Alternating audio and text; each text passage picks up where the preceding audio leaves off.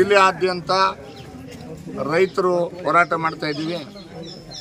ಈ ವರ್ಷ ಸಂಪೂರ್ಣವಾದಂಥ ಕಳಪೆ ಬೀಜ ಕಾಂಗ್ರೆಸ್ ಸರ್ಕಾರ ಬಂದ ಮೇಲೆ ತೊಗರಿ ಬೀಜವನ್ನು ರೈತ ಕೇಂದ್ರದ ಮುಖಾಂತರ ಸಪ್ಲೈ ಮಾಡಿದರ ಪರಿಣಾಮವಾಗಿ ಸಬ್ಸ್ಟ್ಯಾಂಡರ್ಡ್ಸ್ ಬೀಜ ಇರೋದ್ರಿಂದ ಸಂಪೂರ್ಣವಾಗಿ 100% ತೊಗರಿ ಬೆಳೆ ಸಂಪೂರ್ಣ ನಷ್ಟ ಆಗಿದೆ.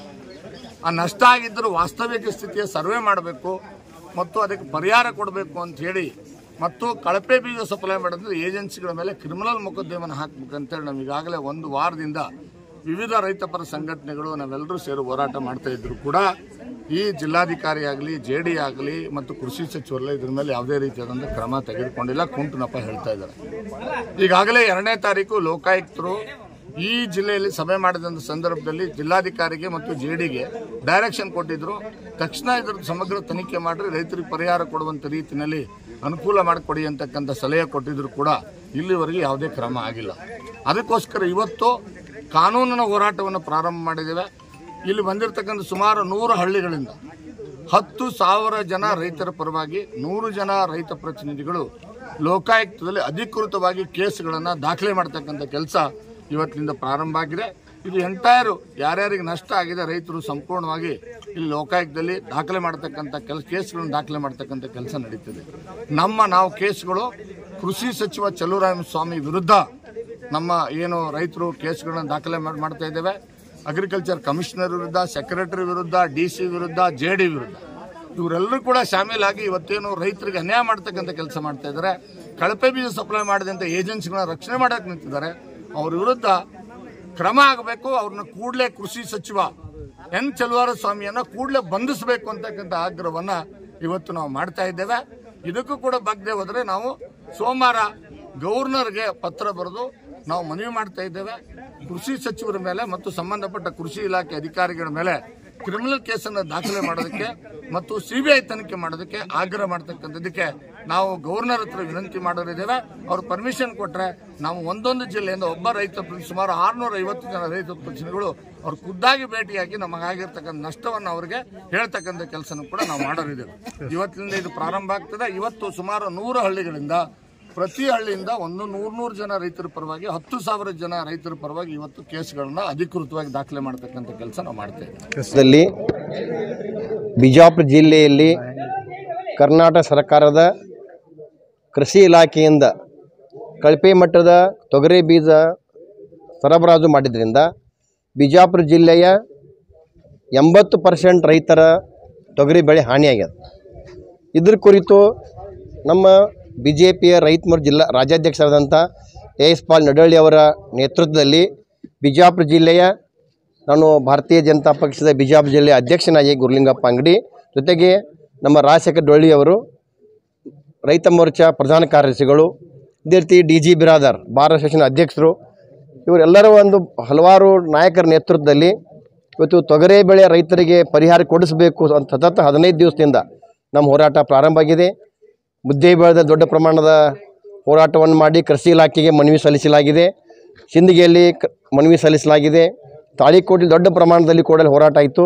ಒಟ್ಟಾಗಿ ನಮ್ಮ ಉದ್ದೇಶ ಈ ತೊಗರಿ ಬೆಳೆ ಹಾನಿಗೊಳಗಾದಂಥ ರೈತರ ಒಂದು ಯಾದಿಯನ್ನು ಮಾಡಿ ಸರ್ವೆ ಮಾಡಿ ಸರ್ಕಾರಕ್ಕೆ ಒಪ್ಪಿಸಿದ ತೆಸಿಂದ ಸತತ 15 ದಿವಸದಿಂದ ಹೋರಾಟ ಮಾಡ್ತಾ ಇದ್ದೀವಿ.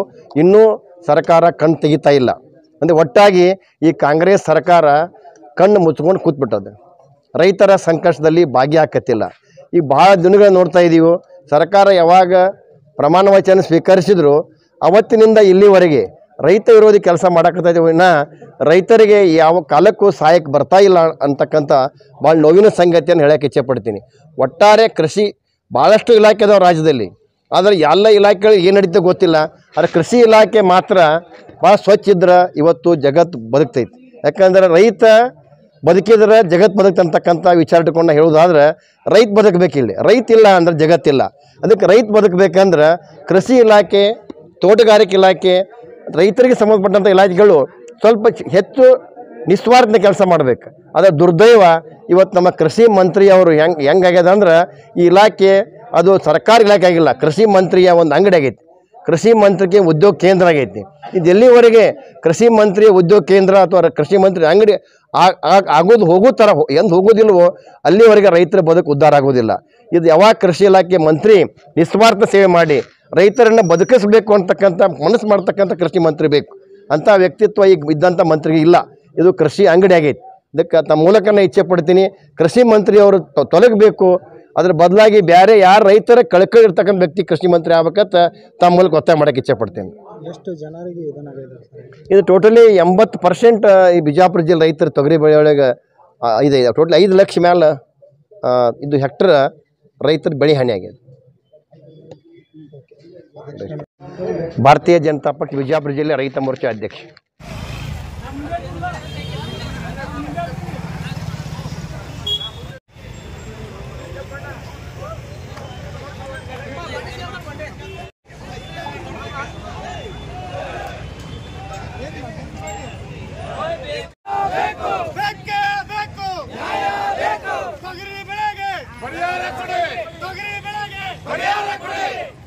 ಕಾಂಗ್ರೆಸ್ ಸರ್ಕಾರಕ್ಕೆ ರೈತ ವಿರೋಧಿ ಕಾಂಗ್ರೆಸ್ ಸರ್ಕಾರಕ್ಕೆ ರೈತ ವಿರೋಧಿ ಸಿದ್ದರಾಮಯ್ಯಗೆ ಬೇಕೇ ಬೇಕು.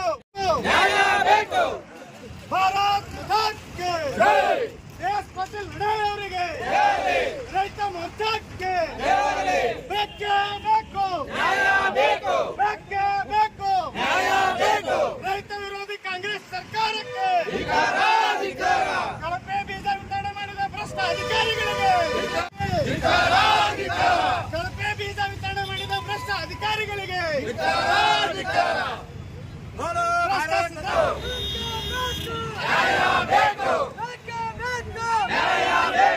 ರೈತ ವಿರೋಧಿ ಕಾಂಗ್ರೆಸ್ ಸರ್ಕಾರಕ್ಕೆ ನ್ಯಾಯಕ್ಕಾಗಿ ಹೋರಾಟ. ನ್ಯಾಯಕ್ಕಾಗಿ ಹೋರಾಟ. ನ್ಯಾಯಕ್ಕಾಗಿ ಹೋರಾಟ. ನ್ಯಾಯ ಬೇಕು. ನ್ಯಾಯ ಬೇಕು. ಮಾಡಿದ ಭ್ರಷ್ಟ ಅಧಿಕಾರಿಗಳಿಗೆ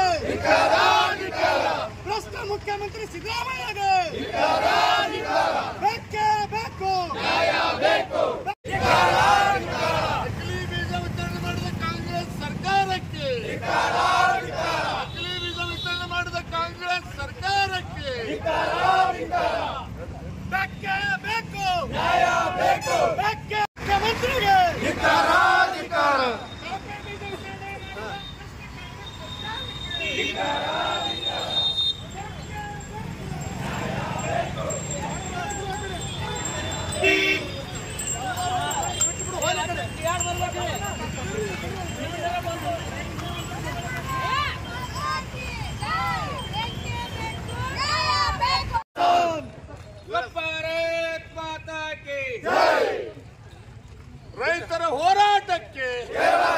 ರೈತರ ಹೋರಾಟಕ್ಕೆ ಕಳಪೆ ಬೀಜ ವಿತರಣೆ ಮಾಡಿದ ಕಾಂಗ್ರೆಸ್ ಸರ್ಕಾರಕ್ಕೆ ಬೇಕೇ ಬೇಕು. ಬೇಕೇ ಬೇಕು.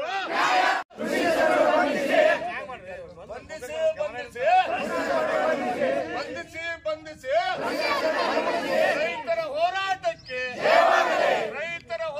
ಬೇಕೇ ಬೇಕು. ಭ್ರಷ್ಟ ಅಧಿಕಾರಿಗಳಿಗೆ ಕಳಪೆ ಬೀಜ ವಿತರಣೆ ಮಾಡಿದ ಭ್ರಷ್ಟ ಅಧಿಕಾರಿಗಳಿಗೆ ಬೇಕೇ ಬೇಕು. ಸರ್ಕಾರಕ್ಕೆ ಕಳಪೆ ತೊಗರಿ ಬೀಜ ವಿತರಣೆ ಮಾಡಿದ ಭ್ರಷ್ಟ ಅಧಿಕಾರಿಗಳಿಗೆ ಬೇಕೇ ಬೇಕು.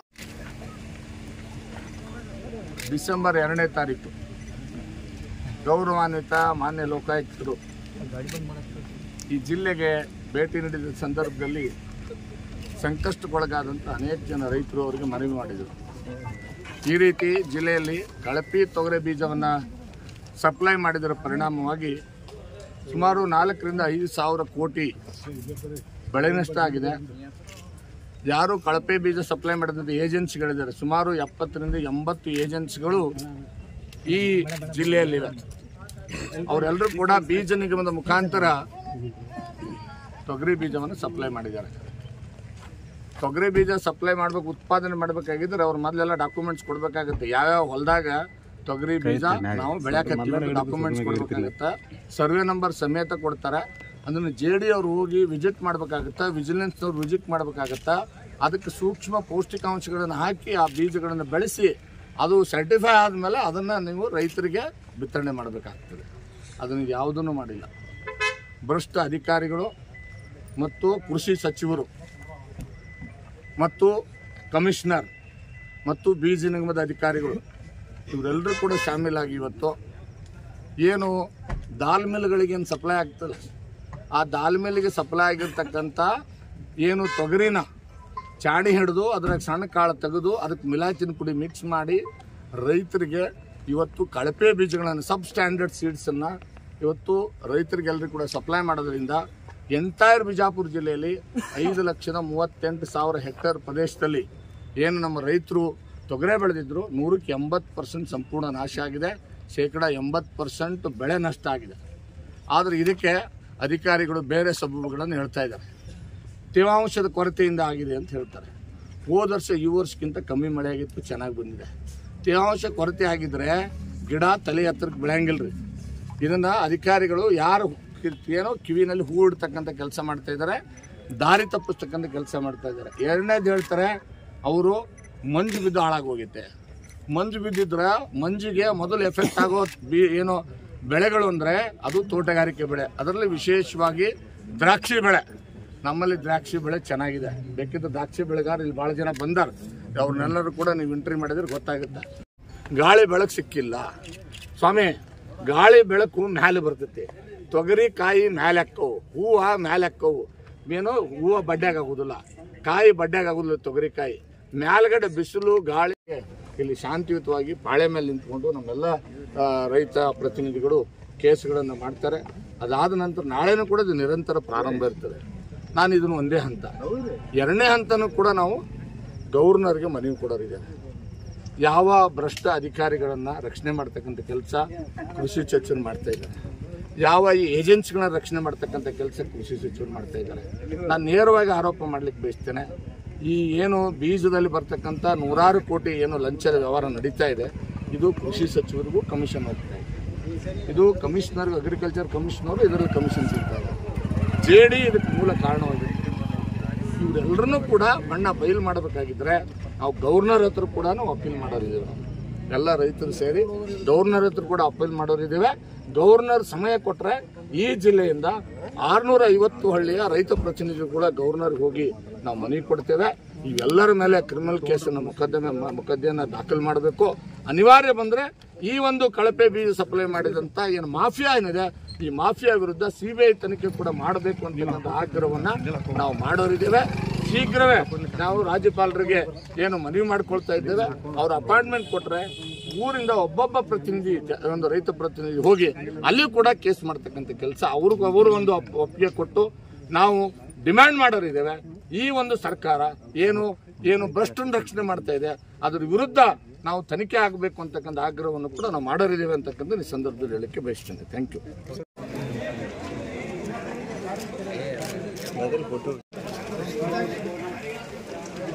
ನಾನು ಮುಂದೆ ಬರಬಾರ್ದು, ಹಿಂದಿನ ಬರ್ರಿ.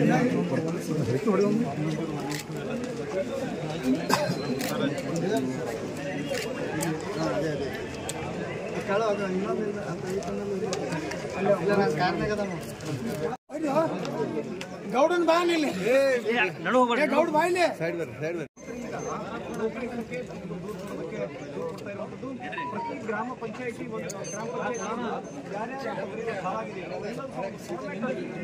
ಸೂರಣ್ಣ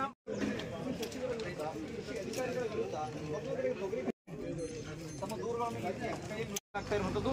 ಈಗ ದೂರನ್ನ ದಾಖಲಿಸೋದಕ್ಕೆ ಲೋಕಾಯುಕ್ತರ ಒಂದು ಫಾರ್ಮೇಟ್ ಇರುತ್ತೆ, ಕಂಪ್ಲೇಂಟ್ ಫಾರ್ಮೇಟ್ ಇದೆ. ಆ ಫಾರ್ಮೇಟ್ ಅಲ್ಲಿ ಪ್ರತಿ ಗ್ರಾಮ ಪಂಚಾಯತಿಯಿಂದ 20-30 ರೈತರು ಈ ರೀತಿಯಾಗಿ ಒಟ್ಟು 10,000ಕ್ಕೂ ಅಧಿಕ ಈ ರೀತಿಯಾಗಿ ಕೈ ತೆಗೆದು ಮಾಡಿ ಪ್ರತಿ ರೈತರ ಬಳಿಯಲ್ಲಿ ಈ ರೀತಿ 20ರಿಂದ 20 ನೋಡ್ಬೋದು. ಒಂದು ಸರ್ವೆ ನಂಬರ್ ಅಲ್ಲಿ ಒಂದು ಬೆಳೆಯನ್ನು ಬೆಳೆದಿದ್ರು, ಯಾವ ಮಟ್ಟಿಗೆ ಹಾಳಾಗಿದೆ ಅನ್ನೋದು ಒಂದು ಫೋಟೋ ಪ್ರತಿಗಳು ಸಹ ಇರುವ ಬಳಿ ಒಂದು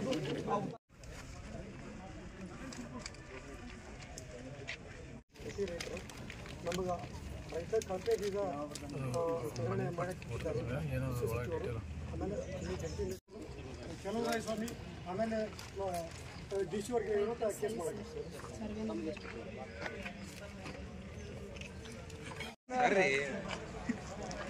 ಹೋಗ್ಬೇಕಾಯ್ತು, ಅರ್ಜೆಂಟಿಗೆ ಹೋಗ್ಬೇಕಾಯ್ತು ನಾವು ಊಟಕ್ಕೆ.